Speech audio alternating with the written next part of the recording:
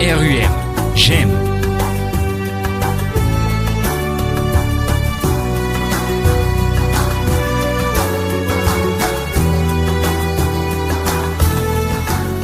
صوت الحق صوت الحق صوت الحق fandarana momba ny finoana islam izay atolotsy ny fianakaviam-be musulmane eto Madagasikara isaky ny alakamisy sy ny asabotsy manomboka amin'ny valoralina eto amin'ny radio université Mahajanga.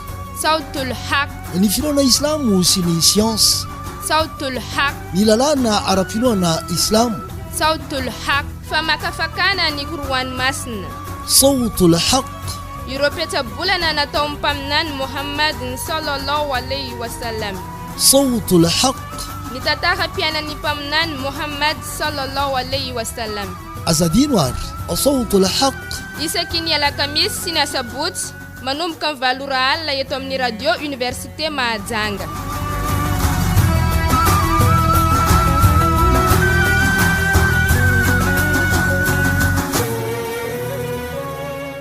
بسم الله والحمد لله والصلاة والسلام على رسول الله أما بعد نينا تشيكا إن شاء الله أسيتكن الله سبحانه وتعالى أندريسك تنتا زينيس تلوى زافت زينيس تلوى نتنغافا بمنا صلى الله عليه وسلم أي لا بمنا صلى الله عليه وسلم تنغكوسا iny zavatra zay niova talohan'ny islam talohan'ny natongavany mpaminany Muhammad sallallahu alayhi wa sallam vehivavy zany voafitaka tamin'ny civilisation na maro teto ambony tany vehivavy zany tsy ny considérena etsika ndi jery exemple fo tamin'ny civilisation indienne zany vehivavy zany retina velony raha ohatra zany vadin'ino maty dika zay ohatra nino vehivavy nanambady boko vadiny taotsika anatina nisy accident nandalo zany nandoa fahafatesany de vadiny zany le vehivavy zany tsy maintsy retina velony miara-maty aminazy koa io zany civilisation zainisy civilisation grec kosa vehivavy anisan'ino anisan'ny fananany zany lehilahy zany azo ataony zany mandeha miloka izy mety mandeha misoma karty izy azo nino ataony loka zany hoe raha ohatra zany ino resy ameko anao vadiko zavatra zay normal tamindreo satria io civilisation zay nisy tamindreo tamin'ny civilisation romane vehivavy zany koa azo ataony lehilahy zany mamody vavany vehivavy amin'ny karazana vy maro sambihafa zany ohatra tsy tiany zany vadiny teny azo ataony zavatra zay io tamin'ny civilisation romane nisy zany zavatra zay fa tsika koa mijery koa civilisation arabe talohany nahatongavany mpaminany Muhammad sallallahu alayhi wa sallam le iraka farany vehivavy anisany fananany zany lehilahy zay mitovy amin'ny matériel zany vehivavy ohatra zany maty lehilahy zany zarena lovanazy jiaby zarena zavatra zay nananany trano sy tomobily sy nitaotsika zavatra jiaby zay nananany zany ry zarena amin'ny fianakaviany ary vehivavy kosa anisany zay zarena koa io zany civilisation zay nisy tamin'ino tamin'ny arabe zany fanarabaraka zany fanaovana tsinitsina amin'ny vehivavy satria izy nino malemy zavatra zay nisy tamin'ny civilisation maro taloha tany lefa tonga mpaminany Muhammad sallallahu alayhi wa sallam iraka farany nalefa ny tompo Allah subhanahu wa ta'ala ny tonga ash-sharia hoe lalàna islamika zany ao anatin'ny lalàna zay tongasy misy inakinaka ay misy hoe le fitovia nambara ny tombotsika Allah subhanahu wa ta'ala ao anatin'ny boky masina al-Quran man amila saliha min dhakari aw untha wa huwa mu'min falanuhyiyannahum hayatan tayyiba wa lanajziyannahum ajrahum bi ahsani ma kanu ya'malun nambara ntomtika Allah subhanahu wa ta'ala man amila saliha min dhakari au untha naiza nalila navivav sinavan Allah eto fanton Allah naiza nalila navivav ka manao asa soa zany boko espino umezane valuso eto ambony tany izy boko akaikalia sandoin koa zany nalila zany navivav zany io anefana zany amin'ny asa zay nataondreo amin'ny farany jevatsika amizay Allah subhanahu wa ta'ala ntene man amila saliha min dhakari au untha Allah subhanahu wa ta'ala we sinanavaka we vivavy na lehilahy dikaya amin'ny Allah subhanahu wa ta'ala mitovy zany vivavy sy lehilahy nambara mpaminantsika sallallahu alayhi wa sallam izy milaza we an-nisa shaqaiqu rijal ni vivavy dia rantsany lehilahy dikanzany am Allah subhanahu wa ta'ala mitovy zony lehilahy ndraiky zony vivavy mitovy zany zondreo io ay amin'ny fiarahamonina koa mitovy koa zany zondreo io koa afatsy hoe zany am lalàna islamia afatsy hoe zavatsa vitsivitsy zany tsy itovizandreo noho le toe-batany zay nanany lehilahy sy vivavy io zany tsy mampiavaka io zany mampiavaka io zany le toe-batany dika en général zany base zany hoe lehilahy sy vivavy mitovy amin'ny Allah subhanahu wa ta'ala na eto ambony tany na anankoatra ohatsy atsika manometsika exemple ino zany amin'ny lafina raiky tsy itovizan'ny lehilahy sy vivavy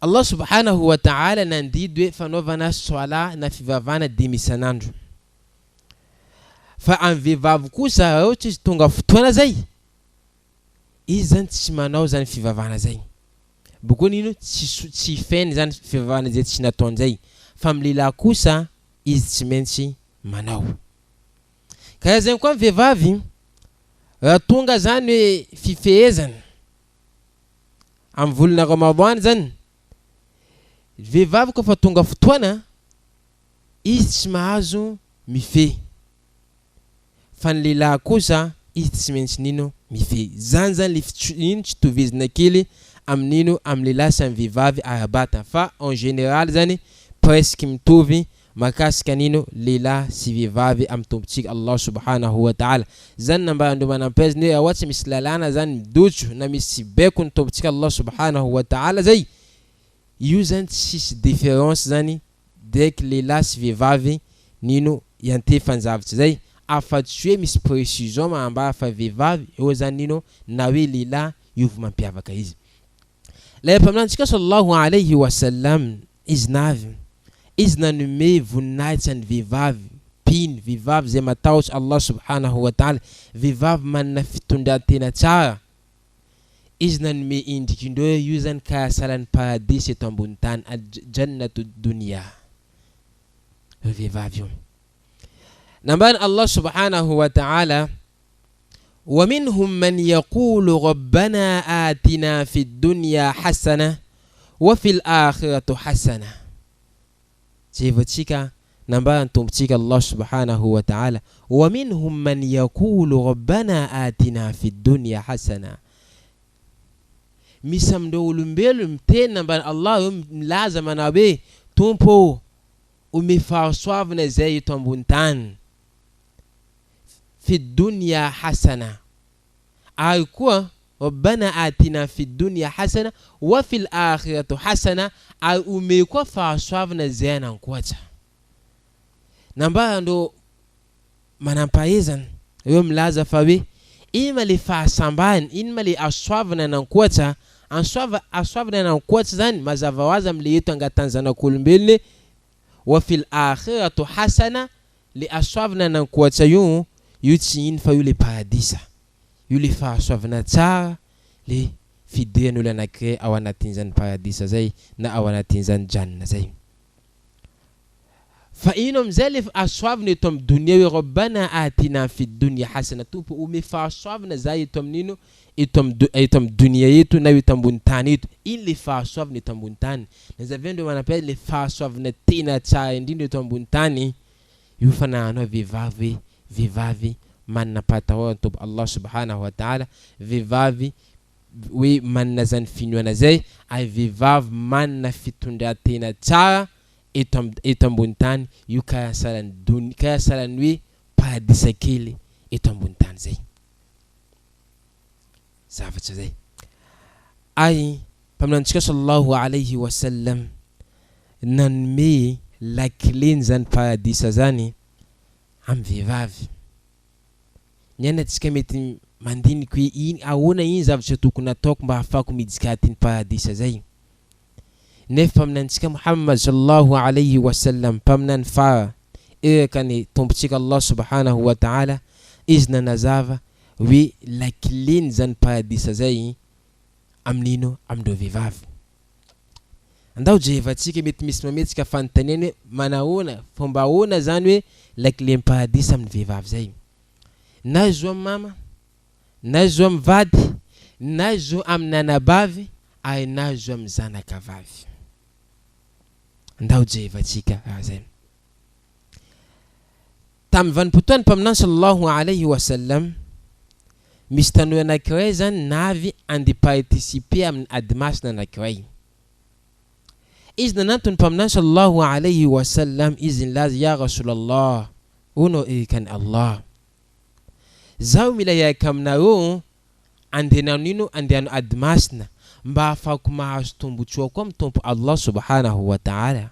Jehevatsika zay adimasina zay ny io ny sacrifice bevata vata tena jiaby zany, tsy hay hoe namaty na velo mipody bakagny. Fa ino zavatra navaly ny mpaminantsika sallallahu alayhi wa sallam taminazy, izy mila ndiady.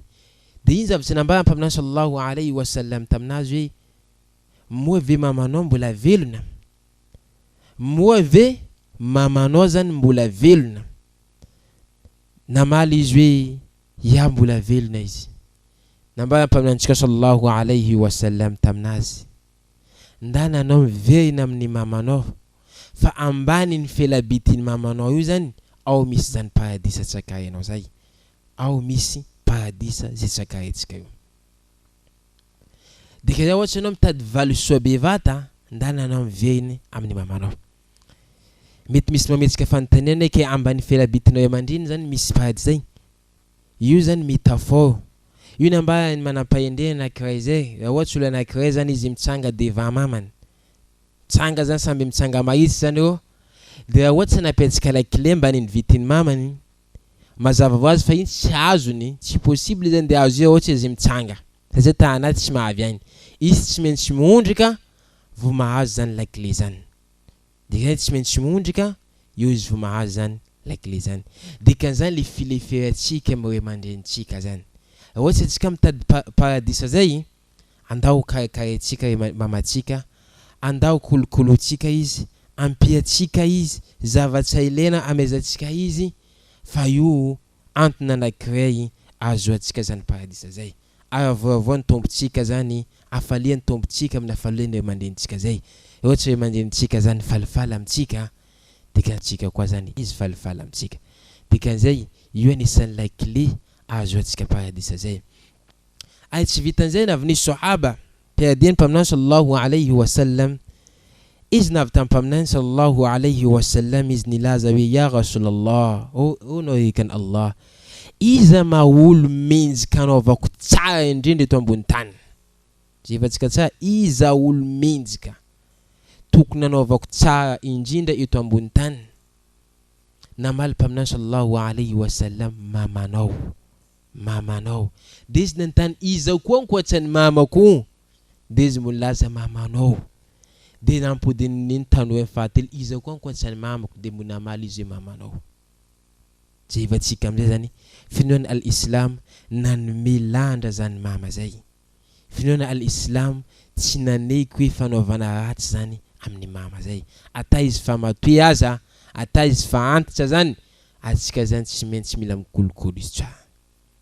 Eza koa misy zo miao zany ray aman-dreny zany, manome ray aman-dreny landra zay. Tsy vitan'izany mpaminantsika sallallahu alayhi wa sallam, izy mbo milaza amin'ny hadisy hafa mana hoe man kana lahu uqtan fahsana su'batahu dahala bihi mal janna. Zeni olo manna anabava na grua nikarikayan tsara antony diany olo anatin'ny janna zany, ao anatin' zany paradisa zay. Dika zany ohatsy tsika manna anabava na grua, atsika niezaka ny tsara aminazy, nikarakara izy tsara, boko mamalavala izy zany, tsy anao zavatra tsy mety, fampianarantsika izy zany amin'ny toetra tsara, mba amin'ino mba izy mba modèle amin'ny fiarahamonina, valisoa tsika aminazy io nino paradisa. Zay vitsika finoany al-Islam manome importance zany vehivavy zay. Jusqu'à ta tombotsika Allah subhanahu wa ta'ala nametraka sura, nametraka hoe chapitre anankiray ao anatin'ny boky masina al-Qur'an mahakasika hoe vehivavy. Dikan'izany io nino valisoa zay azotsika. Dike lakile vanalohany nambarantsika amin'ny mama, lakile faharoa anabavitsika, ay tsika nino lakile fahatelo nino makasika zany hoe vady. Mpaminany sallallahu alayhi wa sallam izy nampianatsatsika hoe le fanaovana tsara amin'ny vady zay. Anisan'ny lehilahy farany tsara, olo farany tsara eto amin'ny dunia, eto ambony tany nambany, zeny olo nino mikarakara mikarakara vadiny. Nambarany mpaminany sallallahu alayhi wa sallam amin'ny Qur'anazy milaza hoe khairukum wa akhrukum li ahli wa ana akhrukum li ahli. Ny tena tsara aminareo, nambarany mpaminany sallallahu alayhi wa sallam, ny tena tsara aminareo olo zay tena tsara eo amin'ny fianakavianazy. Ayanio mila mahafantsa fa zaho anisan'ny nino tsara eo amin'ny fianakavianaka. Fianakaviany tsy ino fa vady. Boko mbona ambany mpaminantsika sallallahu alayhi wa sallam, man la yukrimu nisa illa karimu. Hoe zeny olo manome voninahitra vehivavy, io olo manamboninahitra. Zeny olo manome voninahitra vehivavy. Fa zeny olo kosa zany manambanimbany vehivavy zay, io olo hoe karaha olo ratsy. Jevatsika olo ratsy, olo tsisy valeur anazy zay. Izany teny Qur'an zay alayhi salatu wassalam mpaminantsika. Zavatsika amizay landan'ny vehivavy tamin'ny finoana al-Islam, zavatsika landan'ny vady amin'ny finoana al-Islam. Afanao mahita olo hoe olo ty maminjiky, olo ty olo sa olo ratsy, anao mahita foe karakory fomba fikarakarany vadiny, io mataranao zavatra zay. Makasika baba zay manana zany tokony mifalifaly, satria nanome vaovao tsara mpaminantsika Muhammad sallallahu alayhi wa sallam, ma ala jariratan hatta tablugha kuntum ana wa huwa kahatani fil janna. Allahu akbar. Nambara mpaminany sallallahu alayhi wa sallam, zeny olo manana zanakavavy roa, nikarakarany tsara zanakavavinazy iny, nivalavalainy tsara, nomezany éducation tsara zany jusqu'à ta amin'ny fahazavana fe jusqu'à ta zany tsy haiko manambady miala aminazy zay, voakarakarany tsara izy. Nambara mpaminany sallallahu alayhi wa sallam, zao sy izy naboaka antanazy hoe zay fankainy ao anatin'ny janna. Dikan'izany zay atin'ny paradis io zany zay hoe zany place araiky. Zeny olo zany manana zanakavavy, karakarany tsara zanakavavinazy izy be, izy ndraiky mpaminany sallallahu alayhi wa place araiky ao anatin'izany paradisa zay. Ino koa zavatra ilaitsika? Jevatsika afatsika mahazo zavatra zay, fanomezany landa zany vehivavy zay. Isa zany miakampamina vavy. Islam zany nanome landa hoe zanakavavy zay. Dikan'izay hoe misy olo baka zany mila lehilahy fogna, zanaka vehivavy ny tsara, zanaka paradisa io malaky. Jevatsika koa nampamina sallallahu alayhi wa sallam iny. De hitatsika amizay hoe ahoana zany landrany vehivavy ao anatin'izany finoana Islam. na izy zanakavavy na izy zanabavy na izy vady na izy koa zany mama. Maro zany hitantsika civilisation na taloha tantara hoe hita zany manambanimbany vehivavy tsy manome landa ny vehivavy fa islamo tikany atsika afaka mijery hoe fa feuilton paminany sallallahu alayhi wa sallam na dinian tinino vo hitantsika maro zany olo vo mitaky zo nefa finoana al-islam zany fananome landa fanino fantsipaka le tsy fanomeza landa vehivavy zay fantsipany finoana al-islam. Tamin'ny vanimpotoana Omar radiyallahu anhum mpitondra Omar ibn al-Khattab izy nitonga tabinazy nisy vehivavy anankiray napetsika ny ministre ny commerce ta Madina vehivavy napetsika ny Omar ibn al-Khattab.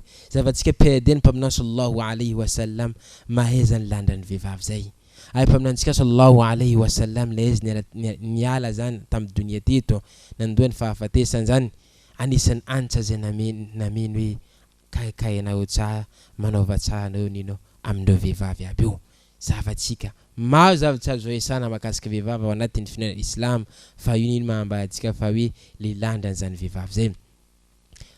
Tokony vehivavy jiaby mpino islam mifalifaly miravoravo finoatsika mankatia zany vehivavy manome landany vehivavy zay ay paminantsika Muhammad sallallahu alayhi wa sallam nanome landany zany vehivavy zay ketsika zany tokony miezaka manaraka fa ohatsika sallallahu alayhi wa sallam misy zavatsy antenenina amitsika atova tenena fa iny zavatsy iny tsara amitsika tsy izy miteny amitsika ialao iny zavatsy ratsy amitsika ohatsy fa izy miteny amitsika hoe vehivavy mba milombolombofa ihany io zany filombolombofanao zany fanaovantsika le hijab fisikinatsika lamba zany mandako tsaintsika jiaby io zany miaro atsika amin'ino haratsiany maro sambihafa zavatsika fitiavana zany fitiavan'ino fitiavany mpaminantsika sallallahu alayhi wa sallam katsika migadika amin'ny Allah subhanahu wa ta'ala atsika tahitina amin'ny lalana mahitsy ayatsika zany aroviny tombotsika Allah subhanahu wa ta'ala.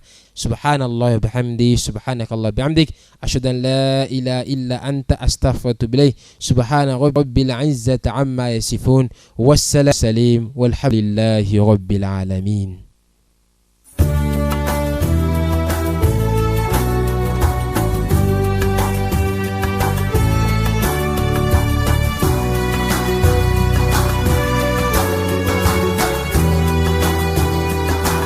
narainareo teo sautul haq fandaharana momba ny finoana islam izay atolotry ny fianakaviambe musulmane eto Madagasikara isaky ny alakamisy sy ny asabotsy manomboka amin'ny 7 alina eto amin'ny radio université Mahajanga.